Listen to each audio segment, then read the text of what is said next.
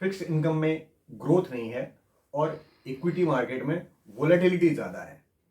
और अगर हम बात करें गोल्ड की, तो गोल्ड में इक्विटी जैसा टैक्सेशन नहीं आता है। तीनों एसेट क्लास का बेस्ट निकालने के लिए ज़रूरत इस बात की होती है कि हम टैक्टिकल एसेट एलोकेशन करें। अब जब टैक्टिकल एसेट एलोकेशन करने जाते हैं तो टाइमिंग और टैक्सेशन का इश्यूज आ जाता है। तो सॉल्यूशन के तौर पर निकल करके आता है एसेट एलोकेशन म्यूचुअल फंड। हम बात करने जा रहे हैं इस वीडियो में सुंदरम म्यूचुअल फंड के एसेट एलोकेशन फंड के विषय में।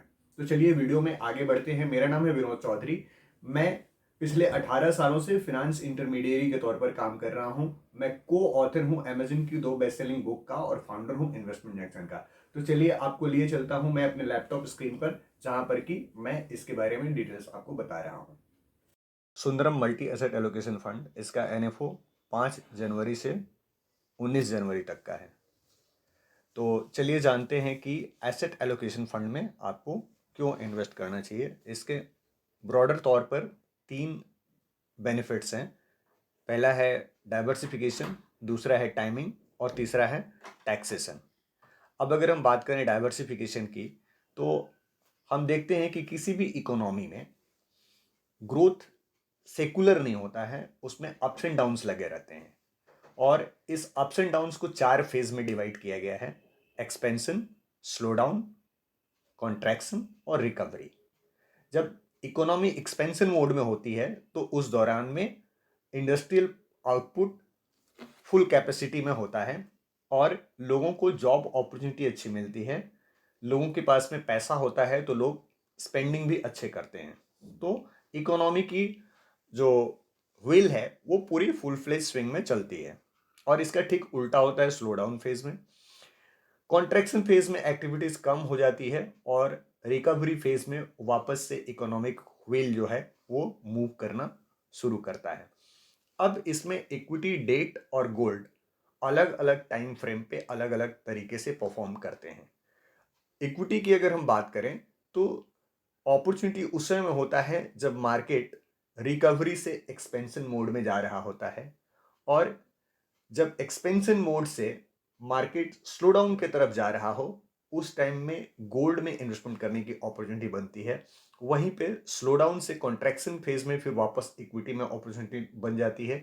और कॉन्ट्रैक्शन से रिकवरी फेज में अगर आप डेट में इन्वेस्टमेंट करते हैं तो आपको अच्छे रिटर्न्स डेट से भी बनते हैं। मगर बात ये आती है कि इस अपॉर्चुनिटी को कैसे ट्रैक करें या फिर इसको टाइम कैसे करें। इसके लिए आप इस स्लाइड को ध्यान से देखिए कि अलग अलग 1 साल के रोलिंग रिटर्न में कभी गोल्ड तो कभी निफ्टी, यानी कि ब्रॉडर इंडेक्स की अगर हम बात करें कि मतलब इक्विटी का इंडेक्स को लिया जा रहा है इक्विटी के परफॉर्मेंस को मेजर करने के लिए, तो कभी डेट भी अच्छा किया है। तो यहां पर हम देख रहे हैं कैलेंडर ईयर के हिसाब से इस परफॉर्मेंस को दिखाया गया है कि 2010 के साल में देखा गया कि गोल्ड 23% का रिटर्न दिया। वहीं पे 2011 में भी वापस गोल्ड ने अच्छा रिटर्न दिया। और 2012, 2014, 2017 और 2021 में निफ्टी ने गोल्ड को या डेट मार्केट को आउट परफॉर्म किया। कई एक साल ऐसा भी देखने को मिला है जिस समय में डेट गोल्ड और निफ्टी यानी कि इक्विटी और गोल्ड में नेगेटिव रिटर्न देखने को मिला है। उस समय में डेट मार्केट पॉजिटिव रहा है। ऐसा हम लोग देख सकते हैं 2013 और 2015 के दौरान हुआ है। तो ये समझ में आ रहा है कि हर समय एक ही एसेट क्लास अच्छा परफॉर्म नहीं करता है और इसको टैक्टिकली स्विच करने की जरूरत होती है। इस स्लाइड में हम एक ग्राफ देख रहे हैं। इस ग्राफ में आप देख सकते हैं एक येलो रंग का ग्राफ है और एक ब्लू रंग का ग्राफ है। ब्लू ग्राफ गोल्ड के इसको प्लॉट किया गया है, 5 इयर्स के रोलिंग रिटर्न को प्लॉट किया गया है, और येलो ग्राफ से निफ्टी के परफॉर्मेंस को प्लॉट किया गया है 5 साल में। यहां पे हम ये देख रहे हैं कि 2020 के दौरान अचानक से कैपिटल मार्केट गिर गया था। स्टॉक मार्केट के गिरने से 40% का नुकसान हो रहा था। वहीं पे गोल्ड में ग्रोथ देखने को मिला था। इन दोनों स्लाइड को देखने से एक चीज तो समझ में आ रहा है कि 2010 से अब तक गोल्ड, डोमेस्टिक इक्विटी का दोनों का परफॉर्मेंस प्राइस का जो परफॉर्मेंस है वो सिमिलर रहा, लेकिन इसके बावजूद भी हमारी डोमेस्टिक इक्विटी जो है, मैंने निफ्टी 50 की अगर हम बात करें, तो इसका गोल्ड के साथ में बहुत ही कम कोरिलेशन बनता है एज एन एसेट क्लास। और तीसरी बात ये समझ में आ रही है कि किसी भी एसेट क्लास का जो सिस्टमेटिक रिस्क है उसको मिनिमाइज करने के लिए एसेट एलोकेशन सही फॉर्मूला साबित होता है। अब तीसरी जो बेनिफिट है वो है आपकी एसेट एलोकेशन की। अभी तक हम लोगों ने बात किया डाइवर्सिफिकेशन और टाइमिंग की। अब एसेट एलोकेशन करने से हमारा जो टैक्सेशन है उसमें क्या इफेक्ट आता है, इसको हम लोग समझते हैं। एक इन्वेस्टर के तौर पर अगर आप 30% के टैक्स ब्रैकेट में हैं, तो उस हिसाब से अगर हम इस चीज को देखें तो आप गोल्ड से निकल करके अगर इक्विटी में जाते हैं या फिर डेट से निकल करके इक्विटी में जाते हैं, और वहां पे टैक्सेशन ये है कि डेट में अगर आप 3 साल तक इन्वेस्टेड नहीं रहते हैं, 36 मंथ से ज़्यादा इन्वेस्टेड नहीं रहते हैं, तो आपको लॉन्ग टर्म कैपिटल गेन का बेनिफिट नहीं मिलेगा।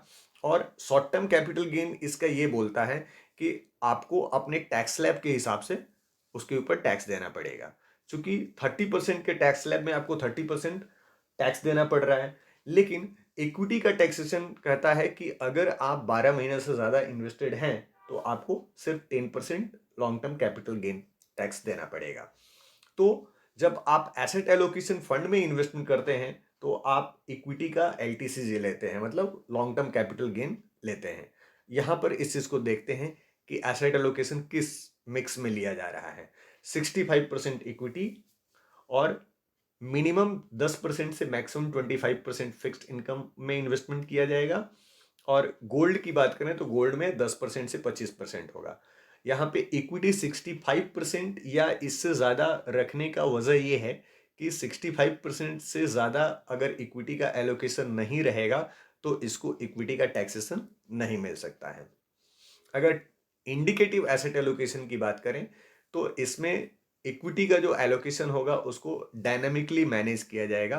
कभी इक्विटी का एलोकेशन कम होगा तो कभी बढ़ा दिया जाएगा, और इसका इक्विटी एक्सपोजर 65% से ज़्यादा रहे इसके लिए जुडिशियसली आर्बिट्रेज को भी इसमें इंक्लूड किया जाएगा। आर्बिट्रेज मतलब होता है इक्विटी डेरिवेटिव्स का इसमें यूज़ किया जाएगा ताकि फ्यूचर एंड ऑप्शंस का, जिससे कि इक्विटी 65% एलोकेशन में बना रहे। और गोल्ड में मेनली गोल्ड के ईटीएफ्स में इन्वेस्टमेंट किए जाएंगे जो 20 से 25% तक भी जा सकते हैं। और डेट का जो फंड मैनेजमेंट होता है वो दो तरह से होता है, एक एक्रूअल बेस्ड स्ट्रेटेजी होती है और एक ड्यूरेशन बेस्ड स्ट्रेटेजी होती है। तो इस फंड में जो डेट मैनेज किया जाएगा वो एक्रूअल बेस्ड स्ट्रेटेजी में मेंटेन किया जाएगा, और इसमें AAA रेटेड पेपर्स ही यूज किए जाएंगे जो 10 से 15% हो सकते हैं। अब आइए समझते हैं कि एसेट एलोकेशन करने से किस तरह से हमारा रिटर्न ऑप्टिमाइज होता है और हमारा रिस्क मिनिमाइज होता है। यहां पर 3 साल और 5 साल का परफॉर्मेंस दिखलाया गया है कि अगर मल्टी एसेट स्ट्रेटजी में हम इन्वेस्टमेंट करते हैं और तो गोल्ड और निफ्टी के अपेक्षा हमारा किस तरह का रिटर्न बन रहा है। यहां पर हम देख सकते हैं कि 3 साल का रोलिंग एवरेज अगर देखा जाए तो निफ्टी 50 का हाईएस्ट रिटर्न 30% और लोएस्ट रिटर्न अप्रोक्सीमेटली -6% का बना है। और एवरेज किया जाए तो ये 11.2% है। वहीं पे अगर हम गोल्ड की बात करें तो गोल्ड में मैक्सिमम 25% और मिनिमम लगभग 8% नेगेटिव, और एवरेज में 8% का रिटर्न 3 साल के रोलिंग एवरेज में गोल्ड का बना है। और इसके विपरीत अगर हम इन दोनों एसेट क्लास या तीनों एसेट क्लास का मल्टी एसेट पोर्टफोलियो को देखें तो इसका एवरेज रिटर्न 9.5% का है। तो आप देख सकते हैं कि गोल्ड और इसके अपेक्षा में आपका माने इक्विटी के अपेक्षा में इसका एवरेज रिटर्न पॉजिटिव है, और ड्रॉडाउन सिचुएशन में इसका मिनिमम रिटर्न भी जो है वो नेगेटिव जोन में नहीं है। सिमिलर चीज अगर हम 5 साल के टाइम होराइजन में जाते हैं तो ये गैप और भी कम हो जा रहा है। मतलब मैक्सिमम माने एवरेज अगर तीनों का देखा जाए तो इसमें मल्टी एसेट का जो पोर्टफोलियो है वो विन विन सिचुएशन में रह रहा है 9.2% का एवरेज रिटर्न के साथ में। तो लॉन्ग टर्म में भी इसका एवरेज समान तौर से आ रहा है। अब अगर हम इस प्रेजेंटेशन को कंक्लूड करें तो हम ये कह सकते हैं कि पोर्टफोलियो का सिग्निफिकेंटली जो रिस्क है उसको रिड्यूस किया जा सकता है। अगर इंडिविजुअल एसेट क्लास में रिस्क भी है तो पोर्टफोलियो में उस रिस्क को मिटिगेट किया जा सकता है। और दूसरा चीज कि कभी अगर ड्रॉडाउन की सिचुएशन आती है तो उसमें मिनिमम ड्रॉडाउन अगर होता है, यानी कि अगर ये पोर्टफोलियो शॉक एब्जॉर्ब कर लेता है, तो देखा जाता है कि 3 से 5 साल में ओवरऑल एक्सपीरियंस पॉजिटिव मिलता है इन्वेस्टर को। तो इससे ये कहा जा सकता है कि superior risk adjusted return asset allocation fund के थ्रू हम जनरेट कर सकते हैं। अब एक सिनेरियो यहां पर ड्रॉडाउन वाला सिचुएशन भी दिखलाया गया है। यहां पर आप येलो बार जो देख रहे हैं वो एसेट एलोकेशन पोर्टफोलियो का है और ब्लू बार आप इक्विटी का देख सकते हैं।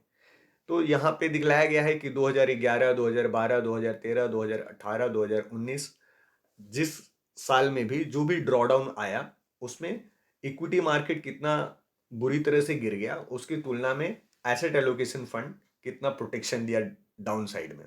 तो कोविड सिचुएशन के समय में ऐसा देखा गया है कि इक्विटी मार्केट 40% टूटा। वहीं पे अगर हम इस मिक्स की बात करें 65% इक्विटी के साथ में गोल्ड और डेट की बात करें तो ये सिर्फ 20% ही टूटा था। तो ड्रॉडाउन में शॉक ऑब्जर्वर की तरह से इसने काम किया कि हमारे शॉक को कम कर दिया। तो इस तरह से ये एसेट मिक्स आपको अच्छा प्रोटेक्शन दे सकता है। आप मल्टी एसेट फंड के ऊपर मेरा दूसरा वीडियो भी देख सकते हैं जो मैंने आदित्य बिरला सन लाइफ म्यूचुअल फंड का एसेट एलोकेशन फंड के ऊपर किया है। उस वीडियो का लिंक भी मैं इसमें दे रखा हूं।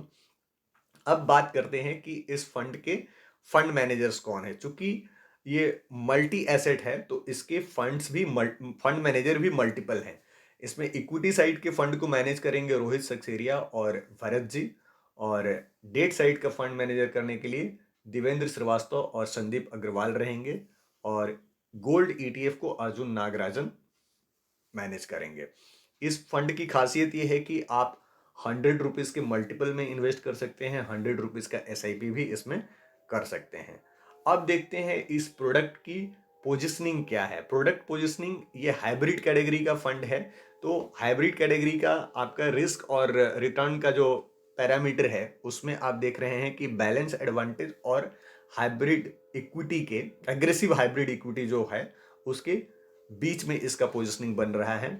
और अगर आप ये समझना चाहते हैं कि इक्विटी फंड किस तरह से सेलेक्ट किया जाता है और उसमें प्रोडक्ट की पोजीशनिंग किस लेवल की होती है, कैसे होती है, उसके लिए मैं अपना एक वीडियो का लिंक दे रहा हूं जहां पर कि मैंने इक्विटी फंड के सिलेक्शन के विषय में भी बात किया है कि आप किस बेसिस पर अपने इक्विटी फंड को सेलेक्ट करते हैं।